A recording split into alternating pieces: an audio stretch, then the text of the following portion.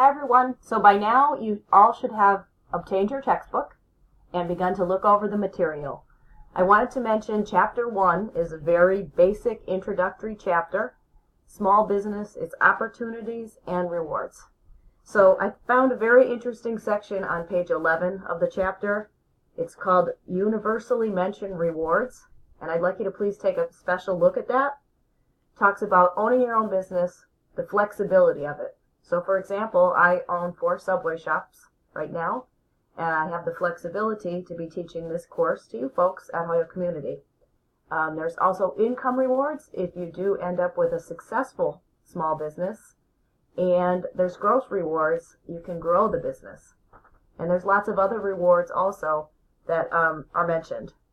So some of them mentioned are recognition, admiration. Sometimes people like the power of having their own business. And also there's rewards for your family. They can work in the business with you, or it can also help again for lifestyle.